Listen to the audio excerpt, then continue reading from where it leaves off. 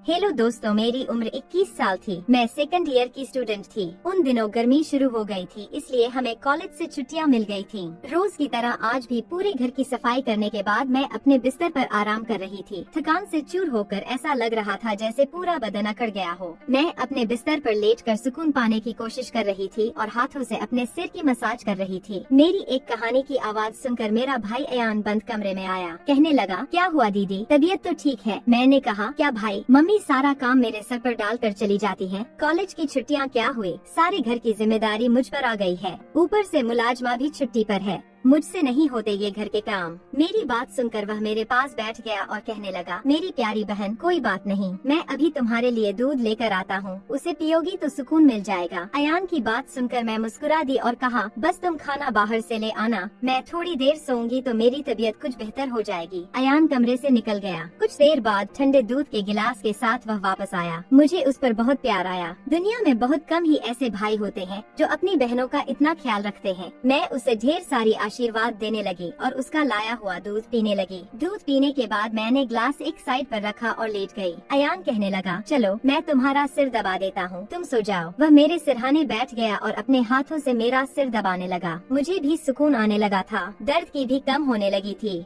मैं आंखें मूंद कर सोने लगी और गहरी नींद में चली गई। पता ही नहीं चला कि घंटों तक मैं सोती रही थी। मेरी आँख मम्मी की आवाज पर खुली। मैं हड़बड़ा कर आँखें खोली तो मेरा सिर बुरी तरह से बोझिल था। घड़ी पर टाइम देखा तो रात के 9 बज रहे थे। मुझे एकदम झटका सा लगा। बड़ी अजीब बात थी कि पापा ऑफिस से वापस आ चुके थे। शायद थकावट की वजह से मुझे वक्त का एहसास ही न हुआ। मैं उठकर जैसे ही 2 कदम चली तो मुझे चक्कर आ गए। आँखों के आगे अंधेरा छा गया। अगर दीवार पर हाथ न रखती तो यकीनन गिर जाती। मैं फ्रेश होकर बाहर आई तो खाने की टेबल पर सब बैठे मेरा ही इंतजार कर रहे थे। मैं जाकर आराम के साथ कुर्सी पर बैठ गई। वो मुझे देखकर अयान खाना मेरी प्लेट में डालने लगा और फिर मम्मी से कहने लगा कि मम्मी, अन्नू पर काम का बोझ थोड़ा कम डाला करें। अरे अगर अन्नू नहीं आ रही तो उसकी जगह किसी और को रख लें। यह बेचारी सारा दिन काम करके थक जाती है। देखें तो इसकी रंगत भी पीली पड़ चुकी है। मेरी हालत वाकई खराब हो चुकी थी। मैं काफी थकी हुई महसूस कर रही थी। मेरी मम्मी और पापा दोनों ही जॉब करते थे,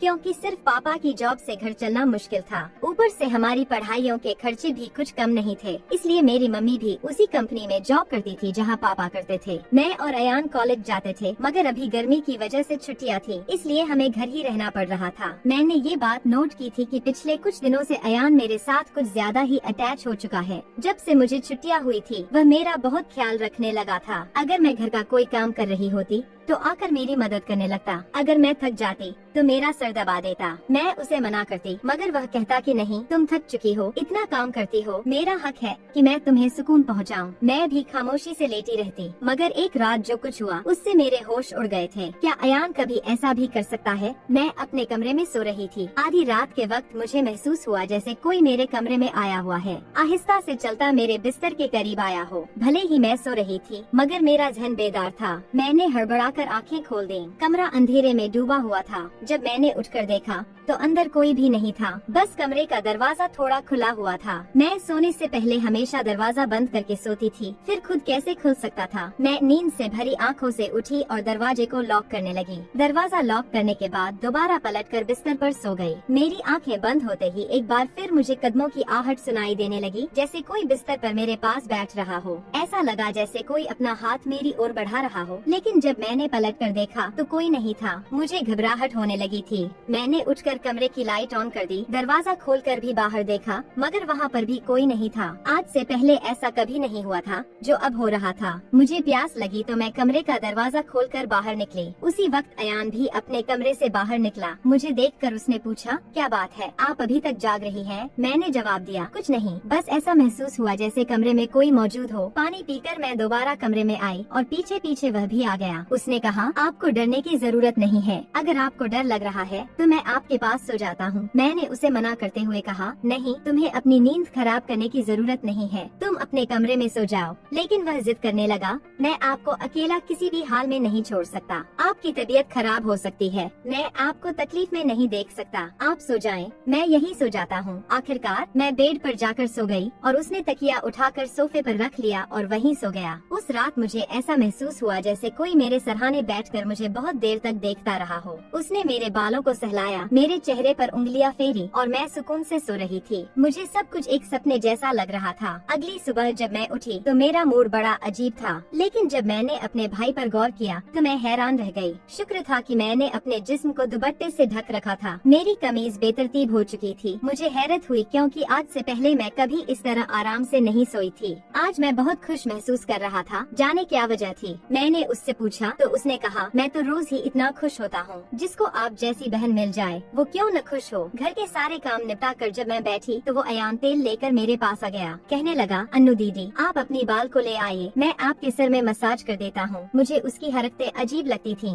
मैंने कहा, ये तुम्हारा काम नहीं है, जाओ अपने दोस्तों के साथ घूमो फिरो, मुझे मसाज की जरूरत नहीं है। मगर उसने मेरी बात नहीं मानी और खुद ही मेरे बालों से कैचर उतार कर कहने लगा, आप नखरे मत किया करें, किस्मत वालों को ही ऐसे भाई मिलते हैं। जब आपका भाई आपके खूबसूरत रेशमी बालों में मसाज करना चाहता है तो आपको क्या समस्या हो सकती है। आ जाइए, मैं आपके सर की मसाज कर देता हूँ, आपको बहुत सुकून मिलेगा। वह मुझे उठाकर कमरे में ले गया। मैं बेड पर तकिया रख कर लेट गई। मेरे बाल बेड से नीचे लटक रहे थे। वह मेरे सरहाने बैठकर मेरे बालों की मसाज करने लगा। अयान मुझसे 4 साल छोटा था, मगर मुझे नाम से बुलाता था। कहता, आप इतनी प्यारी हैं कि आपको देखकर दिल करता है कि आप हमेशा इसी तरह मुस्कुराती रहें और मैं आपकी लाड़ उठाता रहूं। वह मेरे बालों की मसाज कर रहा था और उसके हाथों में जैसे जादू था। मुझे इतना मजा आया कि मैं नींद की वादियों में खोने लगी। तेल की खुशबू भी बहुत जबरदस्त थी। मैंने उससे पूछा, ये कौन सा तेल है? वह बोला, ये बहुत ही खास तेल है, खास आपके लिए। आपके जो इतने हसीन बाल हैं ना, ये उन्हीं बालों के लिए बना है। उसकी बातें बहुत प्यारी थीं। मैं समझ नहीं पाती थी कि वह किस तरीके से बात कर रहा है। बहरहाल मसाज के दौरान ही मैं नींद में खोने लगी। कुछ देर बाद जब मेरी आँख खुली तो मेरा पूरा बदन दर्द से टूट रहा था। ऐसा लग रहा था जैसे मेरी टांगों पर बहुत ज्यादा वजन रख दिया गया हो। पूरे बदन में दर्द सरायत कर रहा था। धीरे धीरे उठकर बैठी और आसपास देखने लगी। जब अपने भाई पर गौर किया, मैं पूरी तरह भीगी हुई थी, जैसे किसी ने मुझे नहला दिया हो। कपड़े गीले थे, पंखा बंद था और गर्मी थी। यह सब क्या हो रहा था? मैं बड़ी मुश्किल से बेड से उठी। मुझे चक्कर आ रहे थे, चलना मुश्किल हो रहा था। मैं अपनी हालत समझ नहीं पा रही थी कि यह सब क्या हो रहा है। बड़ी मुश्किल से चलकर बाथरूम गई और फ्रेश हुई। अपनी हालत पर गौर किया तो ऐसा लगा जैसे मैंने सोया नहीं बल्कि कोई मेहनत वाला काम कर रही थी। जब मैं कमरे से बाहर निकली तो मुझे फुसफुसाने की आवाज आई। ऐसा लग रहा था जैसे कोई किसी से बात कर रहा हो। घर में मेरे और उसके अलावा कोई नहीं था। फिर वो किसके साथ बात कर रहा था? मैं पहले किचन में पानी पीने गई, मगर तब तक आवाज आनी बंद हो गई थी।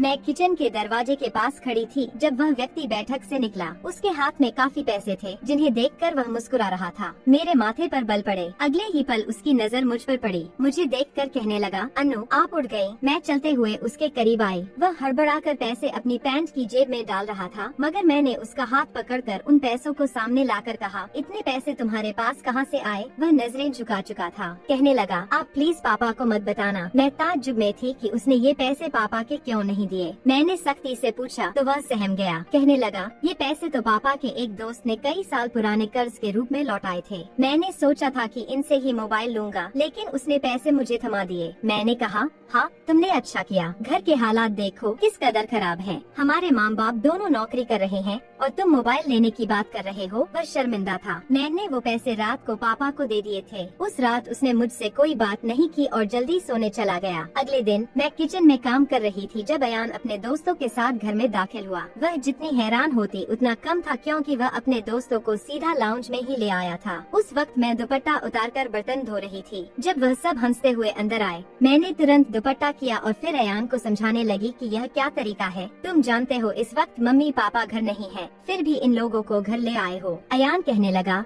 यह मेरा घर है। जब आपको मेरा ख्याल नहीं है तो मैं आपका ख्याल क्यों करूं? अच्छा खाना तैयार करो। मेरे बहुत खास दोस्त है।